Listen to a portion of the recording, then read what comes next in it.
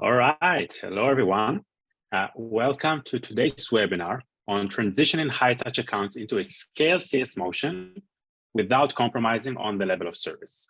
I'm Shachar. I'm VP Product and Strategy here at EverAfter. For those of you who don't know us, we are the first customer hub platform in which you are able to create personalized, engaging, and actionable digital hubs for your customers. And actually, and it relates to today's topic, you can build it throughout the lifecycle stages and throughout all of the different customer sizes that you have. In the last years, I've been fortunate. So in the last few years, I've been fortunate enough to talk, I think, with over 300 CS leaders on how they transition from the traditional high-touch white glove treatment to a modern high-touch white glove yet digitized treatment. And we are at a time where digitizing parts of the interactions is no longer only for low-touch accounts, and we are going to talk about it today. It's companies and customers from all sizes can benefit from digitizing parts of the experience. And I'm happy actually to introduce you to our panelists for today's webinar that have successfully navigated to this very challenge. And we have here Maddie from G2 and Mike from Singular. And throughout this webinar, we are going to explore their practical strategies and gain valuable insights from your experience on implementing scale CS motions. And this webinar is recorded and you will get the recording. You are more than welcome to ask us questions on the Q&A session. We will try to reply as many as possible.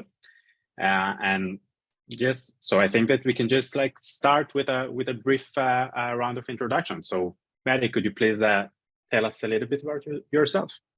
Yeah, absolutely. So my name's Maddie Schneeman. I am Senior Manager here at G2 of our EMEA Customer Success team. So I work now primarily with our SMB and mid-market segments, as we've recently kind of resegmented out in EMEA, but I've been with G2 for over 5 years now, started in our enterprise US team, and have seen a lot of different variations of customer success with G2 and elsewhere. So really excited to be here today to talk about scale, talk about implementing a scaled program. I'm sure that's top of mind for many of you. I know it is with a lot of the CS leaders I've spoken to this past year. So yeah, excited to get into it and happy that you guys invited me. Our pleasure. Thank you. Hey, Mike. Hey, I'm Mike Gadd. I'm the CS Director for EMEA at Singular. So we deal with, in the enterprise CS team, everything up to our biggest global accounts and everything, even sort of our sort of scaling accounts as well, we're getting very involved with. Our customer base has changed quite a lot over the last sort of 3 years that I've been working at Singular. And so I've been very involved in sort of putting the sort of tech behind that in terms of how we manage it from CS and how we can make sure that we're sort of adapting and changing our systems to manage people effectively. All right, perfect. So let's start. So I will try to split the questions that I have for us today around why to start such program, how to start such program, and like to provide like some of the strategic level on how to run the transition from a high touch into a scale motion, and also how to measure it and how to make sure that this actually is effective. So let's start with what maybe triggered you to invest in digitizing parts of the high touch segments. I can kick us off. I think, like I said, I've spoken with a lot of CS leaders this last, let's say, 12 to 24 months. And I think given our current macroeconomic environment, scale has always been, I think, on a lot of our radars. We always knew that we needed to get there, but given the day and age, given where we are right now, it sort of became critical overnight almost that we implement a scaled program rather than continuously throwing heads at the situation. So continuously hiring more CSMs, we kind of came to a point where we were like, well, we need to be smarter about this and invest smarter.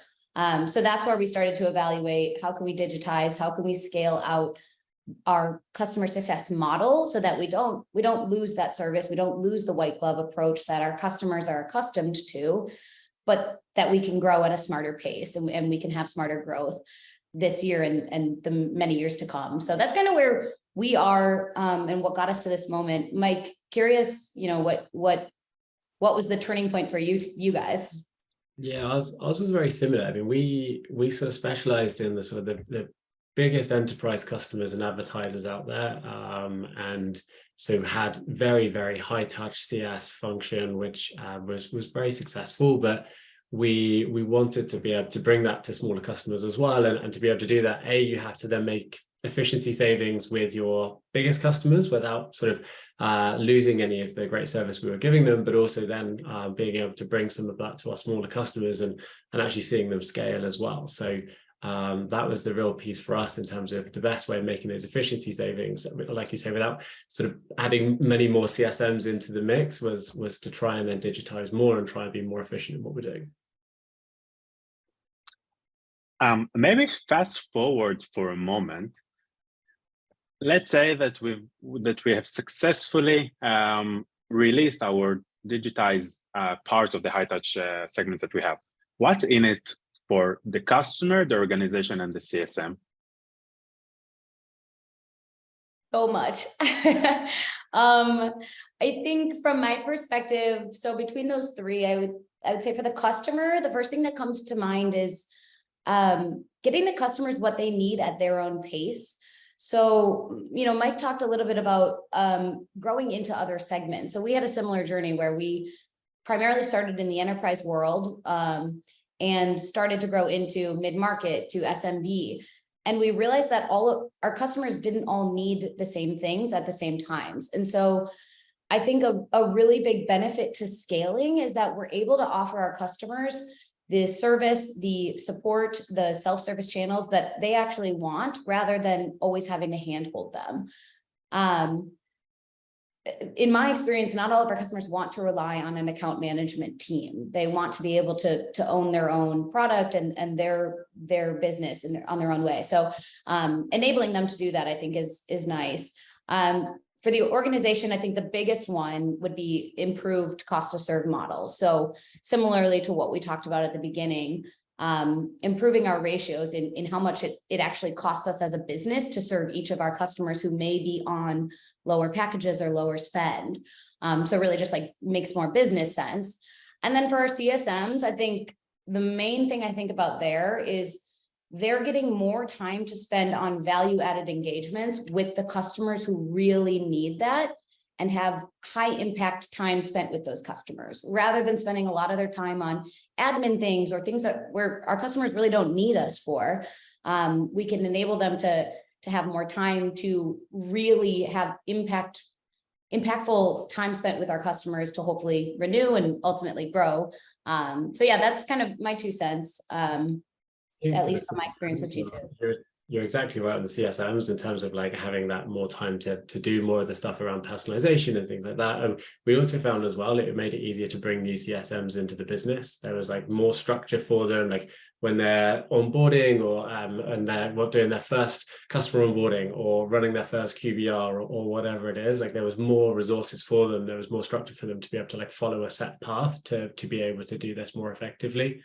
And then actually it gave the organization better visibility as well, because we're digitizing more of what we were doing. Actually, more of the organization, whether it's our exec level or product or marketing, could actually see what's going on with our customers. I mean, G2 Maddie is a great example. Like our marketing team can see who our most happy customers are and send them a G2 review link and things like that. So that actually makes a big difference for us. And then in terms of like customer sizes side of things, actually, like we can split it in 2 really. For our larger customers, we actually found that they had almost a better standardized service. So it's still very personalized, but actually we had more resources. We had time to create more resources that can be used across multiple large customers. And then for the smaller customers, the benefits were obvious. They were effectively getting sort of white glove CS support that they wouldn't have access to otherwise. Yeah, I think that so there is a bit of a misconception of what white glove treatment is. In some cases, it doesn't necessarily mean that we will do anything for you. We will empower you to do the things in your pace and in the way that you like to consume information. And when we actually did a lot of interviews, so one of the quotes that I really like, that someone told us that even enterprise customers would benefit from some portions of self-service experience. And I think that the win for the customer is making them more empowered and more accountable to their own success, which is obviously a really great thing to have. But also, and I think that in terms of the system, their burn rate is lower because they are focusing more on the value-based conversation, as you said. And I think that if you would ask a CSM, hey, what do you like? What do you enjoy more doing? So most likely it will be the strategic type of meetings and not the admin technical go here, click here. So I think that there are a lot of benefits, and even if this is what your customer needs, or if you need to increase the capacity, there are a lot of reasons of why to invest in digitizing some of the experience. Yeah. So how does your current digital program look like? So, I mean, I think there's lots of parts to it, but I think in terms of the core, like our main foundation is a CDP. So we actually built our own customer data platform for all of our CS information and insights that we needed. And it was seen as a really important project within Singular. Even our CTO, our CEO had involvement in it as well, because they saw it as a real priority. And what that does is it generates, well, it's the data that drives our health scores, so we can see how our customers are and again, that visibility, it gives that visibility to the organization, and also insights for CSMs that they can act on. So then once you've got sort of that sort of foundation and the health scores and your insights, then you can start looking at things like ever after and tools where actually you can use those insights and then have tools to be able to act on them, and engage with the customers, and again, like it's being able to like have more time to be able to personalize things and take the templates that you've got and be able to apply them to the customer like you can with ever after, and then that sort of gave us a massive amount of benefit. Yeah, ours, all of the concepts are the same. I don't think ours is quite as maybe mature as a Singular's program is at this point. We're very much so, actually, Mike, similar to, the journey you described, the way that we historically have serviced our customers has been one size fits all. So every customer gets the same level of treatment. Our systems were built around that as well. So what we've been working on in the last 6 to 12 months is reworking how we service our customers and the tools that we're using to do so. So our scaled program or scaled model, whatever we want to call that, consists of a couple elements, like some of what you just talked about. So it's, relying on tech touch with tools like Groove. But all of that is triggered off of data from our internal data tools. So what is our data telling us in how and when we should engage with those customers, and then enabling our CSMs to trigger cadences to reach out based on that data. So like we talked about, still have that customizable or like personalized feel, but it's very automated, it's data-based, and it enables them to do more with less. On top of that, though, I will say this has been a really, and Mike, I'm sure it's the same for you, but it's been a really big cross-functional project, as it sounds like. We've worked with marketing ops, with our data analysts, with our product team to make our product more self-service. Like, it doesn't happen overnight. And so we're still building this. We're still iterating and testing things, seeing what works, what doesn't. So it's pretty robust, I would say. It's not, I think yours sounds a little cleaner probably, but we're working on getting there and finding out what works for us. But relying as heavily as we can on data and tools that enable our teams to do work smarter, not harder, basically. I feel like as CSMs, we're probably in an ideal position to be able to pull this together as well. I mean, if you think about working across departments, I mean, that's basically what we have to do day in, day out. So, it does work quite well. Yeah, I mean, I think with our CDP, I mean, we're a data analytics company, so I think there was a lot of enthusiastic people to get involved in the project, and it worked well.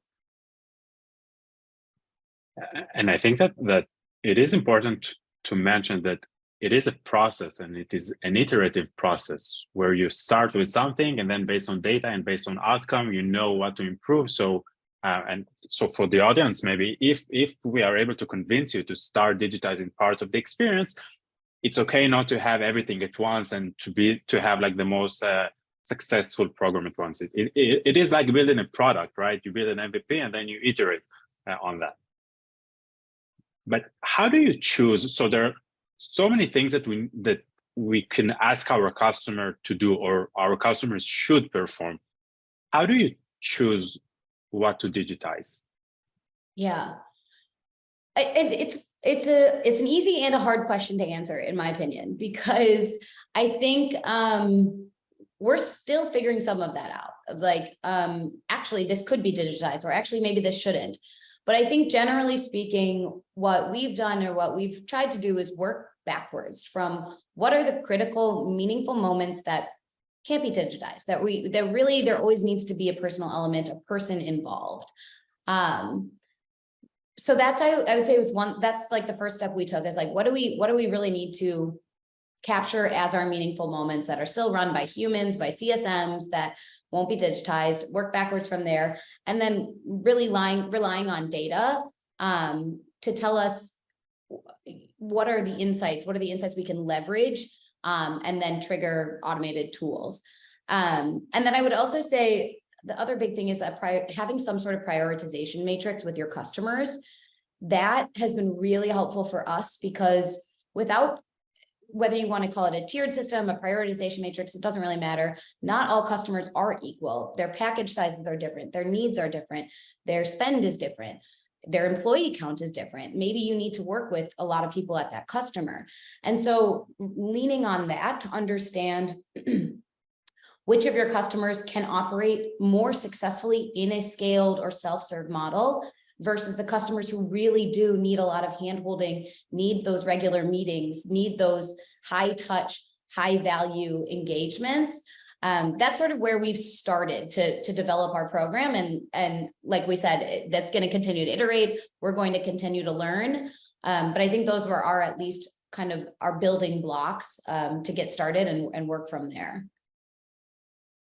Yeah, absolutely. Yeah. And I think, I mean, you touched on data quite a bit. And I think in terms of like, what do you start with when digitizing? Like, I do feel it doesn't have to be like incredibly sophisticated, but just having a good amount of data to be able to work off of is what was, in our view, is like the most important place to start.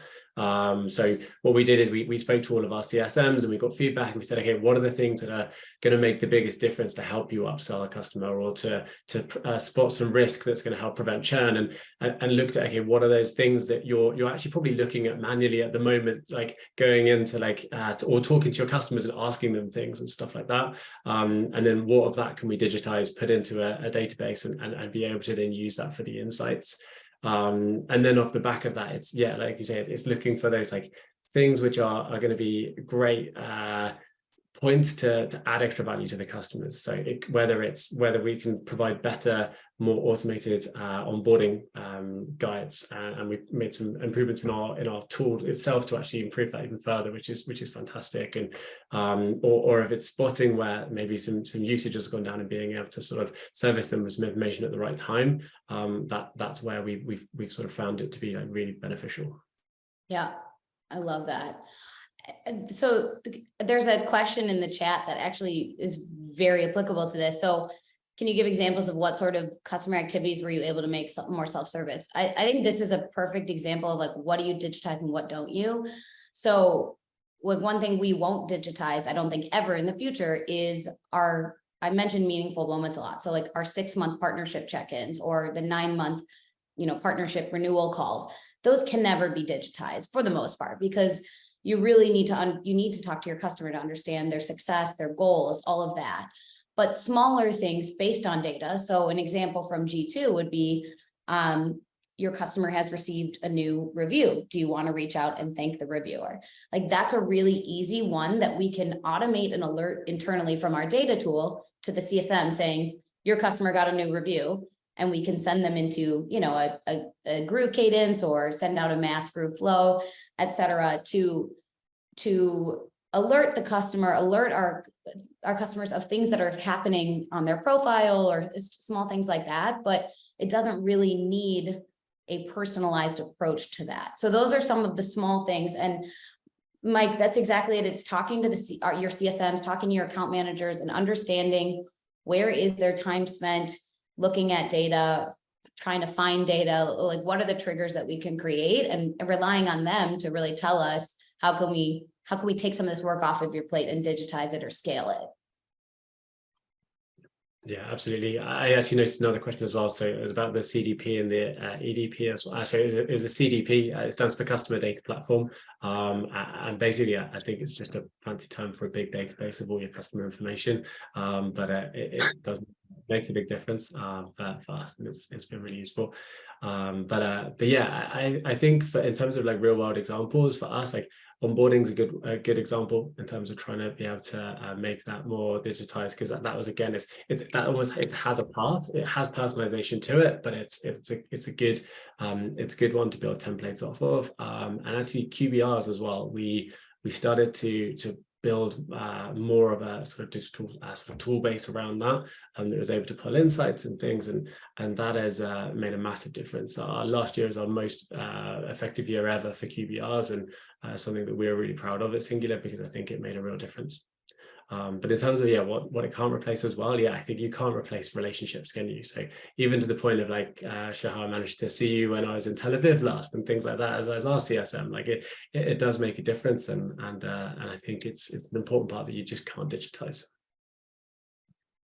Yeah, I think that it depends, right? Because if you have a customer that pays you, I don't know, like $1,000 a year, so in that case, you might not be able to meet them, but you could, based on their input, to provide them like list of recommendations, subjects. So it is possible to automate it to some extent, but obviously, as maybe like the topic of this webinar, which how to transition high touch accounts, so they most likely will still need some parts of actual human interaction. And I would like to recommend maybe the process that I would recommend.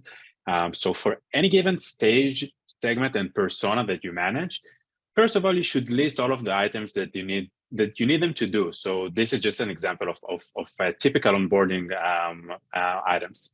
And then, and I think that Maddie, you mentioned it, I recommend to put it in a complexity impact matrix. And then you should think about every of the action items, how complicated it is for the customer to be able to achieve it. And let's say that they were successfully did it, what was the impact of it? And then just like put it on the matrix. And then what I would recommend to start with a more digitized way to start with the low complexity and high impact. Those would be the quick wins. This will create the motivation. This will create like the good accountability that we would like to have. I would invest the CSM personal touch and human meetings on the high impact, high complexity, because this is value-based conversations. This is more complicated yet valuable things to achieve. The things that are low complexity and low impact, I would automate them, but I would keep them until like a later stage of the process. I would focus on the high impact, and then let's do like an optional one. And things that are like low impact, high complexity, we should not recommend anyone to do, because they're a waste of time and they're like not valuable. So this is just like the way that I look when I try to recommend what to digitize and what to keep on the actual CSM conversation with the customer. So at the moment, we talked about the success around or how a successful digital program would look. What are the potential risks that that we should be aware of when we try to digitize parts of the high-touch accounts? I think there's a couple that spring to mind for me. I think firstly, especially as a leader, if you're attempting to, or if you're putting together your scaled digitized model, there is a risk that however you measure the success of your business. So in many CS businesses, that's GRR, that's NRR, it might be adoption or usage, depending on your business. And for those unfamiliar, GRR is gross retention rate, NRR is net retention rate. So, at what rate are your customers renewing and growing? I think there is risk that will take a dip, because actually, to one of the questions in the Q&A, it does take its behavioral change in a lot of these scenarios. It's behavioral change on both the customer and also on your CSMs and your organization. Stepping away, taking your hand off the wheel a little bit and letting your customers get reaccustomed to this new way of working. So there is a risk there. I don't know that for sure you'll have a dip in your metrics, but it could happen. And I think a lot of businesses do see that at first. Mike, I'd be curious if you guys have as you've transitioned. And then the other one I would say is just like ensuring that you're using data. And I know we've talked about this a lot today, but ensuring you're using data, not just gut feel. Like, I think this is important to our customers, actually relying on the data that you have. Every single one of us has a wealth of data. Now, how accessible it is, how clean it is, that's going to differ from organization to organization, but we should be using data to tell us how and when we should be engaging with these customers to make sure we're meeting their needs and we're also getting what we need from them.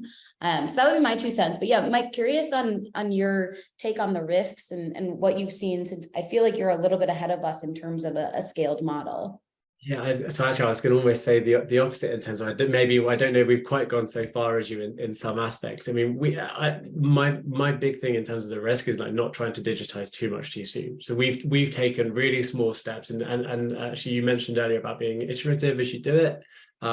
We've taken small steps, we've tested it, we've got feedback from customers, from CSMs, and then we've built on it. And I think, I mean, a good example of that is actually the health scores we put in. I mean, the first health scores I designed were rubbish, but actually we've got loads of feedback and we built on it. And now actually we have like really good health scores that give us good insight into our customers, and they're used by our exec and our other teams. And I think that's the best thing I can say in terms of like mitigating that risk is actually like having those small steps as we do it. And I think, I mean, going back to the previous conversation about what do you digitize and what don't you digitize, I think for our biggest customers, there's always going to be a certain level of personalized human high touch sort of work with them, and actually what we've done is we've sort of expanded it into our smaller customers, rather than trying to reduce down the sort of level of service that our top customers are getting. Yeah. And that's a great point on the risk too. It's like, look at the low risk activities, start small, like you said, Mike, and build up from there. Don't suddenly try to digitize your renewal cycle overnight, but start with maybe onboarding, like where you have processes defined and it's a clear customer journey. Yeah, I think that's spot on. It is exactly why one of the things we started was with G2, because it's low risk. If someone doesn't give us a G2 review, it's not like they're going to churn it, but it's sad because we don't get the review. But that was a good starting point and things that we could build off from there. Yeah, absolutely. So we have here, start small, don't start with the most risky part of the journey. And I also like to recommend, like, when possible, do A/B testing. Like, try to understand on a portion of your customer how they respond to this like digitized approach. It could be that you have, and it's also, I think, important to remember that it might not fit every one of your customers. So as long as we are able to digitize like 10, 20, 30, 40% for it's a matter of percentage. So it's okay not to be able to automate every part of every interaction with the customer. So we talked about a few examples of specific processes and workflows that we automated. Do you have like any other examples that you would like to share with us? Because I think that having like an actual tangible examples would give our audience a lot of things to think about.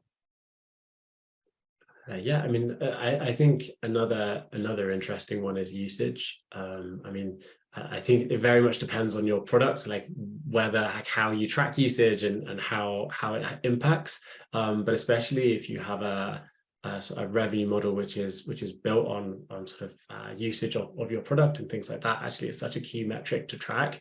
And so finding ways of tracking that, but then automating insights off the back of that. And it doesn't necessarily need to be that you're automatically sending customers data, information or communications. It could be actually that it's the CSM that's getting alerted to the fact that this is changing, and for them to be able to do something about it. So go and find out why this usage has dropped, or why their pacing has dropped, or something like that.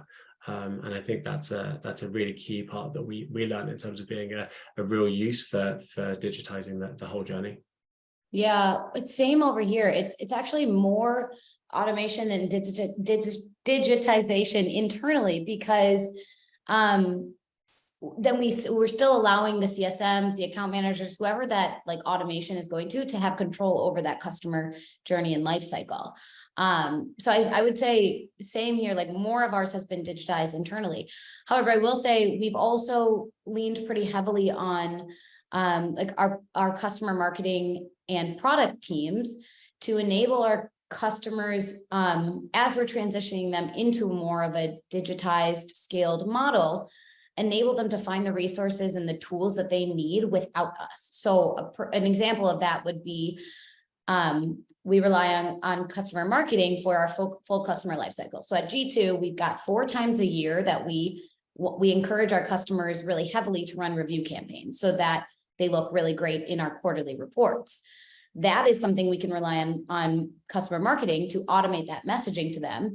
And then we're relying on product to enable our customers to have a self-service portal where they can request a review campaign, where they can gather, read, respond to reviews on their own time, on their own agenda, and don't have to rely on their CSM or relationship manager to tell them when to drive reviews, to tell them how to access them, where to go, submit the campaign. So all of that is like, it's quite extensive. It's relying on a lot of cross-functional teams. But when you can get it done correctly, it enables our customers to do a lot more without the need for us in those small, that's not a high impact, high value conversation. So that's one very specific example that we've done, recently to try and give our customers a little bit more control over their journey. Nice. I can give an example from us at Ever After. So up until a few months ago, we used to have like a one-on-one session with any new admin in the system with their CSM. Obviously, it was very fruitful, yet time-consuming. So what we started to do using Ever After, we share like a personalized hub with each customer. We actually automated parts of it and gave like a short admin one-on-one training with like videos, and our product education created videos and resources and follow-ups. And based on that, we could actually see that the customers are very much engaging with this content. And when they meet with their CSM, it's already after they've reviewed some parts of Ever After. So it actually gives them and the CSM the ability to talk about more value-based topics. So it doesn't have to be like a sophisticated LMS. It could be just like record few looms about the key areas in the platform and embed it. So there are a lot of opportunities also to automate. By the way, we also automate our G2 collection. So every now and then we add to our customers like a survey widget. So when they submit a positive review, we automatically say, hey, would you like to give us also like a G2 review? And we see good responses to that as well. We love right, to so it's a great automation. You've actually just reminded me I've got an email in my inbox that I need to respond to with a G2 review for you. So thanks for that. All right. So let's say that, again, we were able to convince all of the audience here, okay, it's time to digitize parts of our high touch into scale motion. Who should be in this task force? Yeah, I can start that because I feel like I've talked about this a little bit already. I'm in the throes of our task force right now. So we're in like phase 2 or 3 of digitizing and scaling. And I work with so many people at G2 cross-functionally. So, we think product, like I mentioned, to ensure that our tool has the right capabilities and the self-service options for our customers, customer marketing to make sure we're capturing the full customer journey and hitting them at the right time, data analysts, because we need to make sure that we have the right data and our data is clean so that we can rely on that as CSMs. Even as closely partnered as like the relationship managers, account executives, whoever is sort of like the selling counterpart, if your CSMs don't sell, we need to ensure that we're in really close communication with them so that we don't miss any growth or upsell opportunities. So I could keep going, the list goes on, but it's when you think about scaling your customer journey, scaling your customer success program, and moving away from such high touch, it really, so many people, if you're doing it well, are involved in that because your product is impacted by so many people at the company. So, I mean, probably any cross-functional team at your company, at least in my experience. Yeah, absolutely. I think basically everyone gets involved, but actually, I think what's really nice is actually it's not so much asking people for favors because everyone's getting benefit out of it. So the input the product team puts into it, they get back in terms of better insight into what's going on with customers using the product. Whatever marketing puts into it, they get back in easier recommendations for case studies, for reviews, for webinars, all of that sort of thing. So actually, it's an easy sell to get different teams pulled in and to helping out with it. And it made a massive difference for us once we started to get everyone involved with it. Yeah, and I think that a lot of the content should be relying on the CSM actual successful interactions with the customer, and then we need to find digital ways to mimic that in where we can. So the input of the people that actually speak with the customer is critical, but I agree with you. It's a team effort, and I like that you said, Mike, that everyone benefits from it. So it's important also to emphasize that when you build or when you start such initiative. So how, and I think this is also one of the questions from Stephanie. So what are the measurements to know if the program is successful? Yeah, I mean, I think the first thing we look at is actually just like feedback from CSMs. Like you say, it's the CSMs who are the experts around their customers. Like actually, it's the CSMs who give us the most valuable feedback in terms of what's working for them. Is it making it more efficient? Is it giving them insights that they need? And luckily, like the CSMs at Singular are quite honest with us in terms of like what's good and what's not and what we need to change. And branching out into those teams as well to like find out if like product and marketing, etc., if it's giving them what they need.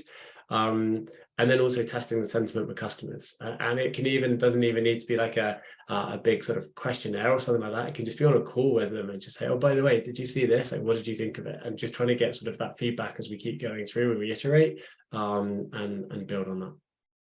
I don't know if that's the same for you, Maddie. Oh yeah, big time. Very similar. I think we in a similar position with our CSMs are constantly giving feedback, and we're asking for it too, because we are, like we've talked about throughout this whole webinar, everything is an iteration. Everything we're trying and seeing if it works and then improving upon it or pivoting if need be. I think some of the things that we are currently measuring in real time are things like cases submitted externally versus internally. So are our customers able to successfully resolve their own problems with our support team? Some other metrics that are it takes a little bit more time to measure these, but it would be things like usage, adoption, health score, whatever you call it at your organization. Is that taking a hit or is it staying the same? Is it growing? NRR, GRR, those types of things. Again, takes a little bit longer to measure, but obviously things that we want to keep an eye on to ensure that whatever segment of your customer business that is moving into this more scaled model is not hurting because of the changes that we're making. like we talked about earlier, there may be a slight dip at first, but assuming there's a recovery period, you want to make sure that your customers are getting what you need. And that speaks exactly to what you said, Mike, of like just asking for that feedback from our customers. If you have like a CSAT or customer satisfaction survey tool of any sort, using that, but on calls, just asking for live feedback, I think is some of the best way to understand where our customers are with these types of transitions, and making sure they are still getting what they need. I can add on that some of our customers report that they actually were able to reduce the number of admin type meetings with customers, like reduction in a lot of emails back and forth between the CSM and the customer, while maintaining like a positive health score. So I think that if you are able to achieve, and obviously eventually to increase the number of accounts that each CSM can manage, or ARR or logos, those are also metrics to look at. Yeah. Also, one more thing, just on really quick. It's so funny because I think one of the biggest pushbacks we got before we started transitioning into this was from our CS team, saying, well, our customers are used to being handheld, they're used to having regular meetings. And actually, a lot of the feedback we've gotten from our customers is like, they don't need to meet with us that much. They don't need us as much as we think they do. And so it's working again off of data and real feedback rather than our own assumptions to make sure that it is a successful program. So sorry, it's just one more thing I thought of. No, I think that's great. I'm shocked that we are almost out of time. I have so many other questions that I won't be able to ask. So before we wrap things up, I wonder if you have like any like last tips or things to consider, or things that our audience should know before launching such program. I think that the two biggest things for me are like making sure the data is right and iterating regularly. I think they're the two key bits for building a digital strategy for CS. And I think we mentioned before about visibility. I think making it visible is really key, because it means you get buy-in from across the business, all those different people you need to pull in to help you to put this in place. By making things visible, not only is it freeing up your CSM's time because they haven't got people asking them like, oh, what do I need to know about this customer, or can you give me some information about this? It's all there. It actually just means that the whole company can see actually the benefit of the strategy that you're putting in place. And then finally, making it CS-led as well. I think just such a massive part of it is like they're the experts. They're the ones who need to be using this digital strategy. So actually making it led by them is really important. Yeah. Nothing else too groundbreaking. I would say relying on data as heavily as possible. That's going to make all of this a lot easier in the long term. If you have clean, reliable data that can trigger a lot of these alerts, automations, etc., that would be my number one. Like Mike said, making sure you have buy-in from anyone you're going to be leaning on, who you need support during this, or like you said, Mike, the CS team, like they are really the ones at the forefront leading this charge. Make sure that they are bought in and understand and are excited about this prospect, and that it will give them more time to be those business partners and consultants, rather than spending the time on the low value admin type thing. So yeah, leaning on your cross-functional partners, leaning on your data and your data tools, and then taking it one step at a time. It doesn't happen overnight. There's a lot of iteration. There's a lot of A/B testing. So being patient with yourself and your peers as you start to implement this, I think, is definitely critical. All right. So Maddie, Matt, and Mike, thank you so much. I think it was super interesting, and I wish that we had more time. I also just would like to emphasize that I think that nowadays, for our audience, you have a lot of content or best practices that you can actually learn. And I shared now over the chat, like a checklist that we did on how to start building a more customer-led approach. And so there are a lot of successful content out there. And I agree that this should be an iterative process, relying on data, relying on actual processes that you would like based on the CSM feedback. So rely on that as well. And thank you very much, Maddie, Mike. Thanks for having us. This was great. Thank you very much. Sure. Have a good rest of your day, everyone, and thank you for joining to our webinar. Bye-bye. Have a good one. Thanks all. Bye. All right.